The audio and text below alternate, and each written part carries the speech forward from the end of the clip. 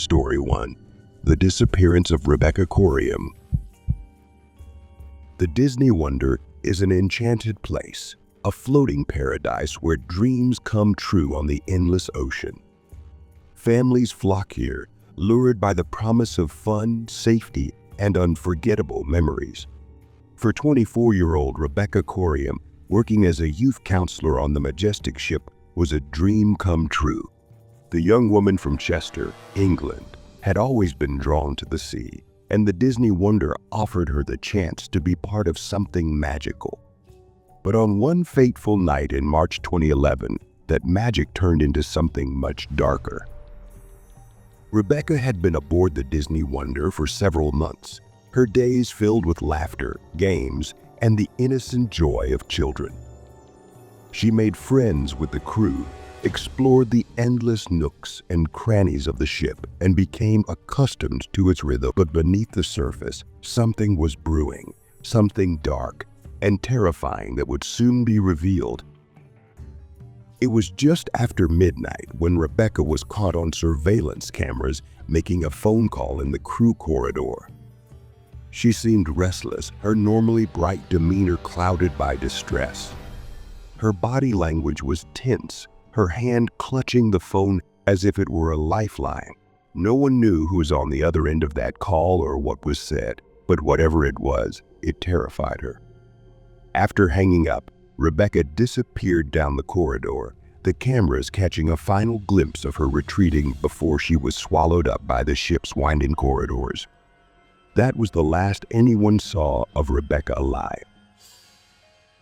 When Rebecca failed to show up for work the next morning, her absence was immediately noted. A search was launched, first by her colleagues and then by the ship's security team. They searched the ship from bow to stern, checking every cabin, every deck, every nook and cranny she might have been in, but there was no trace of her. It was as if she had vanished into thin air. Panic began to spread throughout the crew, the reality of the situation sinking in with chilling clarity. Rebecca Corium was missing, and they were hundreds of miles from the nearest shore. The captain made an announcement, alerting passengers to the situation and asking anyone with information to come forward. The mood on board turned from lighthearted to somber, a quiet fear spreading through the passengers. Whispers spread like wildfire. Had she fallen overboard? Had she been kidnapped? Had something or someone on board pushed her over the edge? The crew continued to search, but their efforts were in vain. There was no sign of Rebecca anywhere.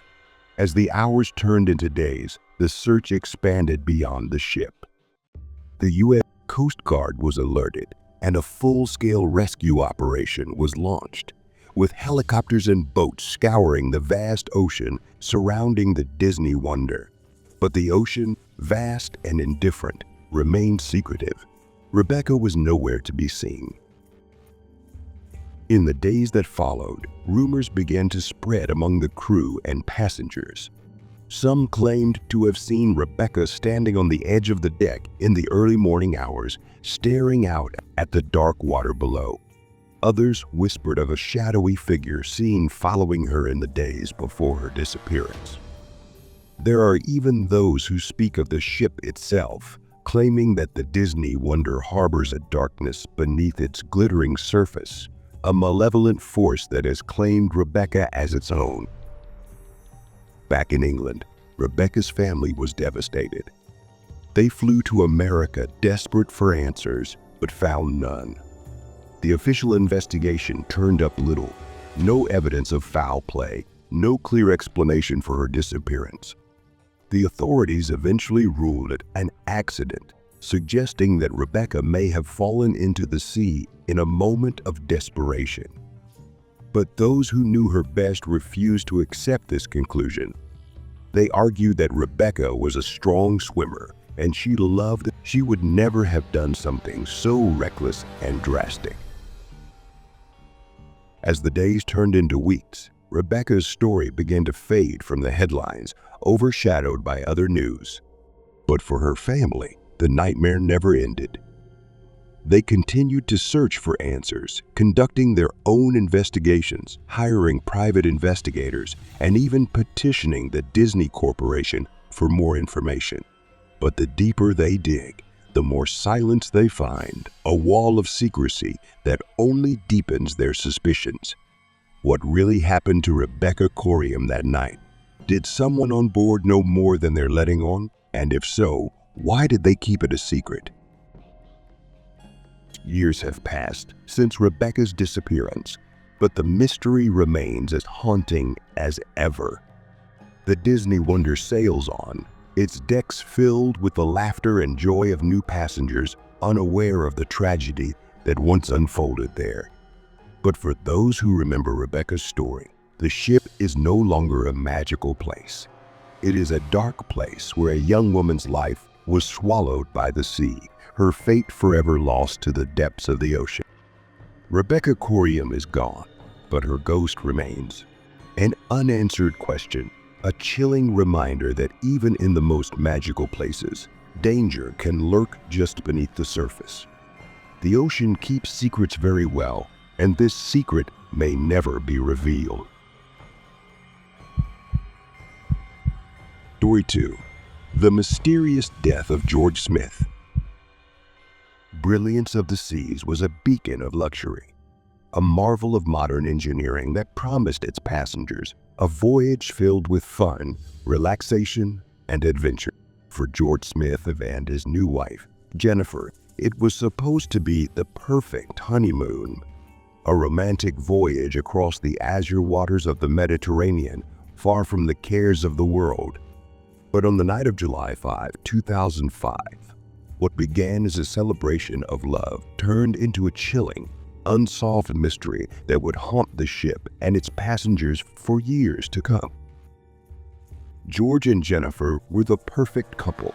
They met in college, fell madly in love, and had recently been married in a lavish ceremony attended by friends and family. The cruise was their way of starting their new life together, a well-deserved escape from the whirlwind of wedding planning. Brilliance of the Seas, with its lavish decor and myriad amenities, was the perfect setting for their honeymoon. Every day was filled with sun-drenched adventures, every night with dinner parties, dancing, and laughter. That night, the ship was alive with the sounds of the festivities. The casino was bustling with activity as passengers tried their luck at the tables. The clinking of glasses and cheerful chatter filled the air. George was among them, in high spirits after a day of exploring one of the many ports the ship visited. He had been drinking perhaps a little more than usual, but it was a celebration nonetheless. Jennifer, feeling the effects of the day's festivities, retired early to their cabin, leaving George to continue the fun with some of the new friends they had made on board. As the night wore on, the mood in the casino changed subtly. Laughter grew louder, conversations became more animated, and the air was thick with the smell of alcohol.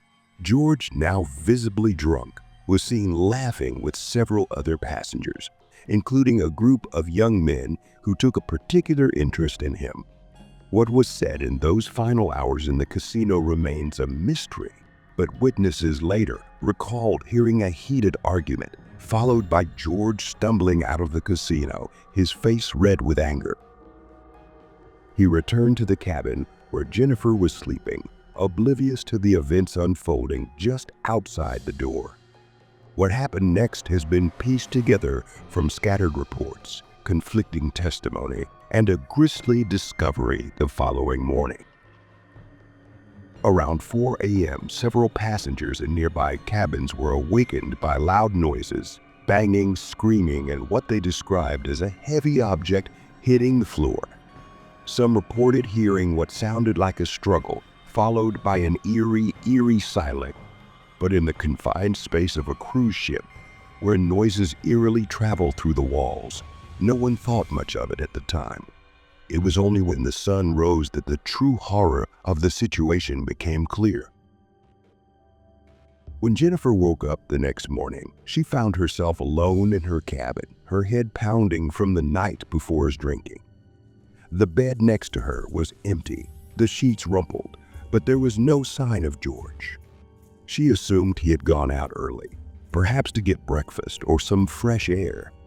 But as the minutes ticked by and he was nowhere to be seen, she began to worry. It wasn't until she stepped out onto the balcony that the nightmare hit her. The awning below was stained with something dark, something that looked suspiciously like blood. Panicked, Jennifer ran to the crew, who immediately launched a ship-wide search, but their efforts were in vain. George Smith AV was gone, leaving behind only a trail of blood and a host of unanswered questions. The official investigation was swift but inconclusive. Blood was found on the balcony and the awning below, leading authorities to conclude that George had likely fallen into the water during the night. But how or why remained a mystery. Was he pushed? Did he fall? And if it was an accident, how could it have happened in such a confined space? Or Jennifer, distraught and confused, had few answers to offer. She had no memory of the night before, having passed out from alcohol and exhaustion. She had no recollection of hearing George return to the cabin, no recollection of the noises reported by others. The group of young men seen with George in the casino were questioned, but denied any involvement, claiming they had parted ways with him long before the incident. Rumors began to circulate among the passengers and crew. Some believed George was the victim of foul play, perhaps by someone he had met in the casino. Others speculated that he had simply had too much to drink and, in a moment of disorientation, stumbled off the balcony. But there were darker theories, too. Whispers of something more sinister, something the ship's owners and authorities wanted to cover up. Ultimately, George's disappearance was officially ruled an accidental death, a tragic but not unprecedented occurrence on a cruise ship. But for those who knew George, and for Jennifer, this explanation was far from satisfactory. There were too many unknowns, too many strange things that happened that night. Blood on the porch, loud noises reported by other passengers, conflicting accounts from the casino, all pointed to something more than a simple accident.